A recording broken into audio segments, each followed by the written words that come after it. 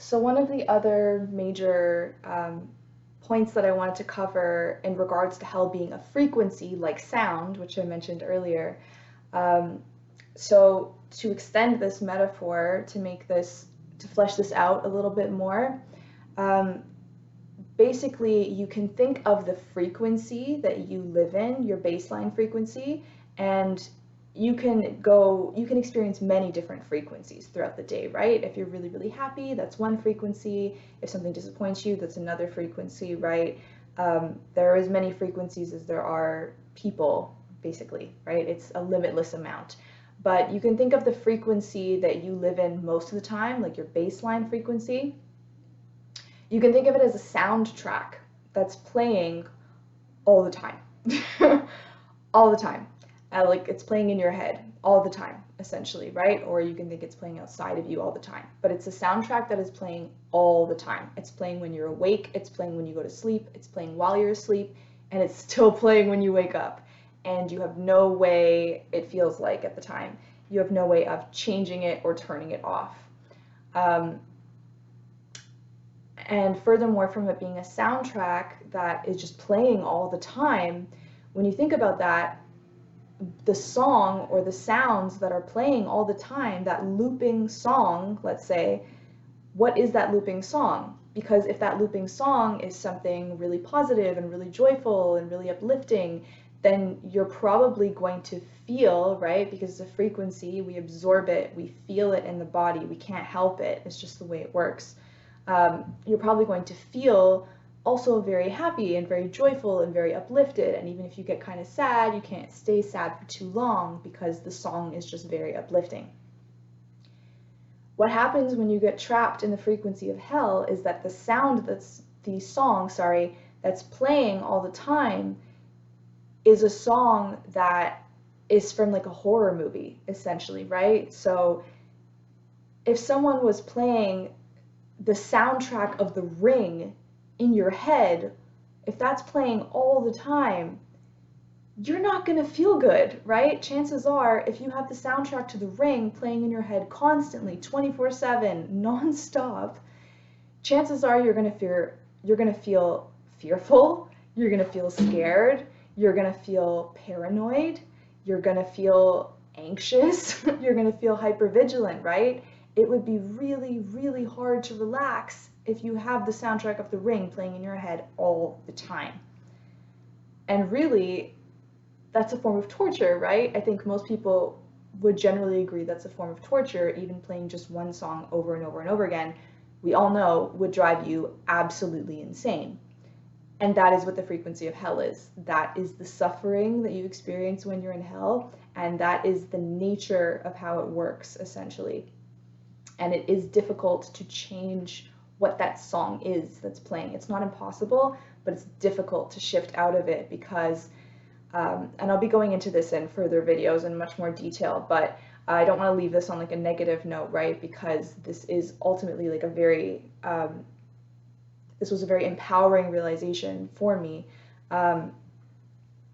in the sense that if you have a mental illness and you've been through this persistent, consistent suffering for a long period of time, you have been through actual hell, or you are going through actual hell. And not only is that validating to what you're experiencing, even if other people invalidate you, I'm here to validate you and tell you that that's very real and you are suffering in a very, very real way. And I definitely know that from experience. That also means that, okay, so for me personally, one of my experiences when I'm in that frequency of hell is fear, like really, really, really intense fear. It's constant. I'm afraid of everything, every little sound, every little bump, every little maybe negative comment from somebody elicits this gigantic, fearful reaction from me that is very out of step often with what has actually occurred, right? So I experience a very persistent fear, and I know that's very common for a lot of people. So for me, knowing that hell is a frequency that I have been in and that I have survived, right, is extremely empowering because it means that I have survived hell. I have been through hell already. And so have you. If you have recovered from a mental illness or an eating disorder or anything like that, and if you're going through the trenches right now, you are going through hell. But that makes you strong as fuck. That makes you strong as hell. So knowing that hell is a frequency that I have experienced and that I lived in for years of my life, and I managed to get out of it, means that I am an incredible powerhouse. I am a powerhouse. I survived hell. We are taught that hell is supposed to destroy you. It is supposed to break you down. You are not supposed to be able to come back from it. You are not supposed to be able to survive it. And you are sure as hell not supposed to be able to thrive after that, right? It's supposed to taint you in some irreparable way. And that is often how mental health is discussed, right? Is that, oh, well, you'll never be normal, you'll never be completely fine, this is something you'll have to deal with for the rest of your life.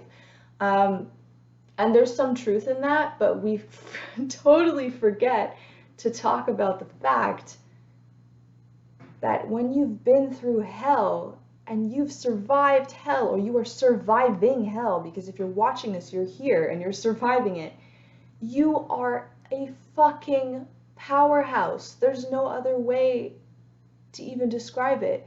You are an incredibly powerful being to be experiencing the frequency of hell and to not be destroyed by it. To walk through this fire and not be consumed by it.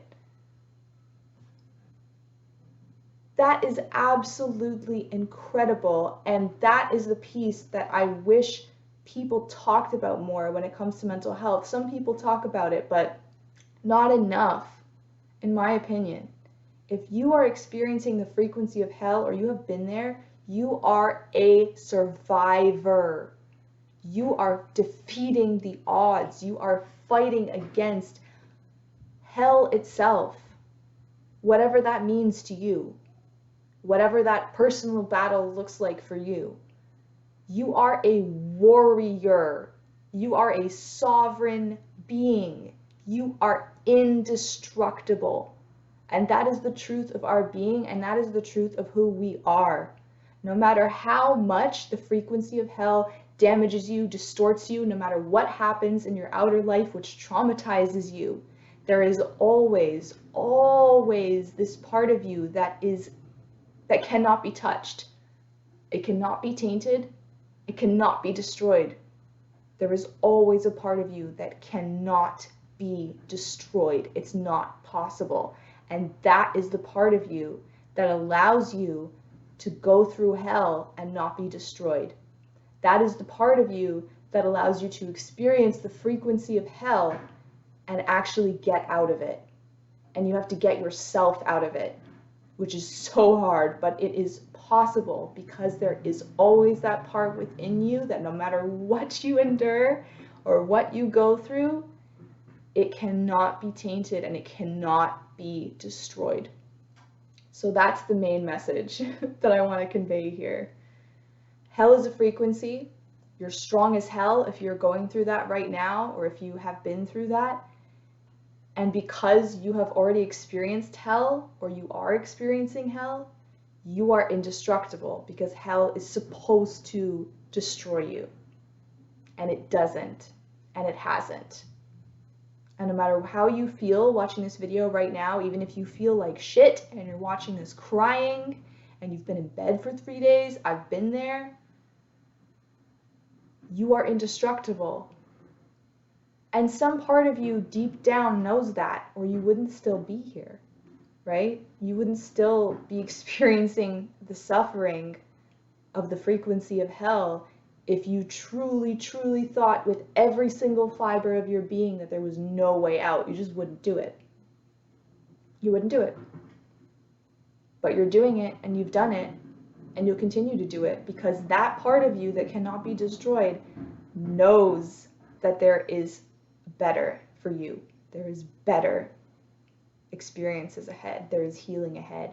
You can walk through the flames and walk right out. Yes, you'll be burned. Yes, it is painful, but you will not die. You will not be destroyed.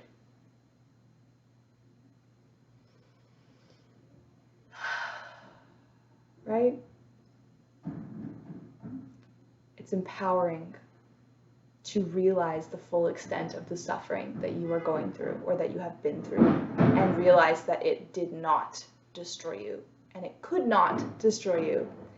And what that leads to, for me, I'll speak for myself, is the realization that really fear as a concept is illusory. It's not real. It feels so real. I'm not trying to gaslight anybody about that at all. It feels so real, and it is a very embodied experience to be fearful, right? I'm not saying it doesn't exist, but I'm saying that it's a lie. It's a lie. Because what are we taught to fear? Hell, right? That's a lot of people's absolute worst fear. And growing up as a Catholic, that was one of my absolute worst fears for a really long time, was hell.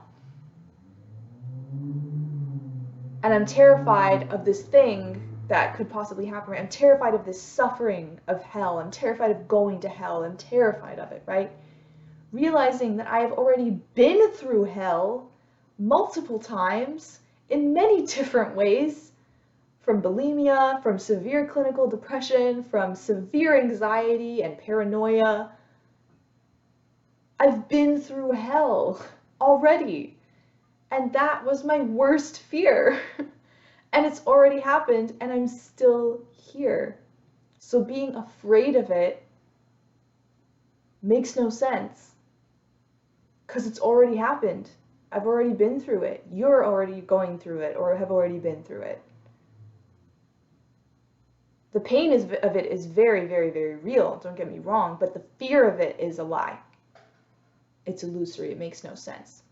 Because the worst that happens is you will experience the incredible suffering of the frequency of hell, but you cannot be destroyed by it.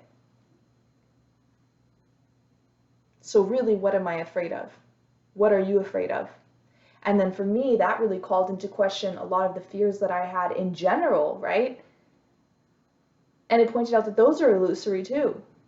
My fears of being rejected by people, or being abandoned, not really abandoned, for me it's more like being rejected, like, oh God, get away from me, I want nothing to do with you.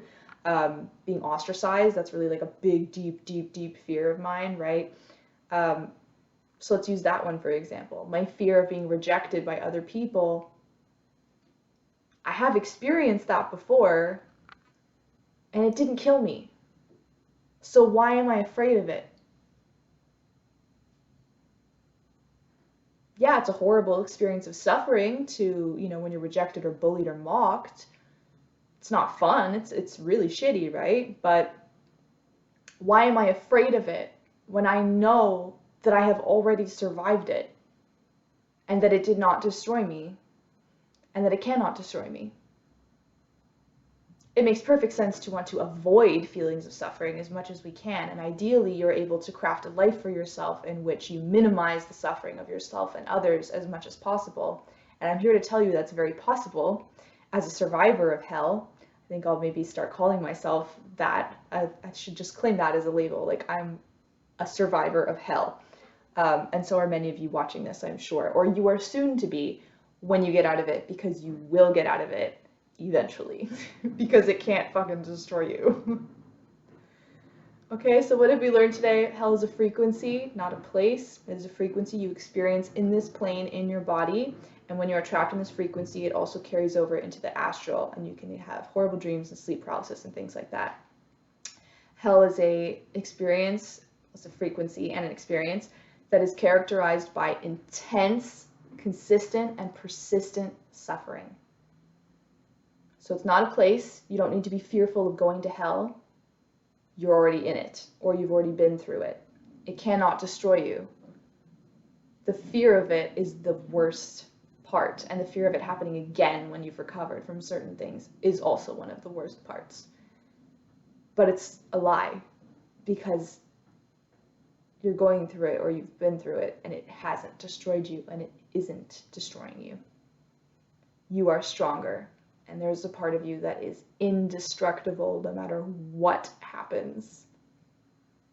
And I know you believe that because you're still here. Some part of you believes it, even if it's a tiny, tiny, tiny part of you that believes it. You believe it. And I believe in you. Thank you so much for being here. I'm sending you all the utmost love and light and sovereignty and peace and strength and courage. And I'm going to be doing a lot more videos on this and related topics. I'm going to be doing more videos related to eating disorder recovery specifically because, excuse me, my body just needed to release that intensity. I'll be doing more videos related to eating disorder recovery because that's what my personal experience is in, and also related to depression and to anxiety. And I'll also be doing more videos of this type about neurodivergence as well, because I do have ADHD and autism as well, and that ties into a lot of this also. So expect more content from me from that. I will be sharing more information of this type to reframe the way that we are taught mental illness works, to reframe the way that we are taught about mental illness and the experience of it. Basically, I have come to a much more empowered view of those experiences, and I've found that a lot of those experiences are very related to spirituality, to the intangible, to spirit, whatever you want to call it.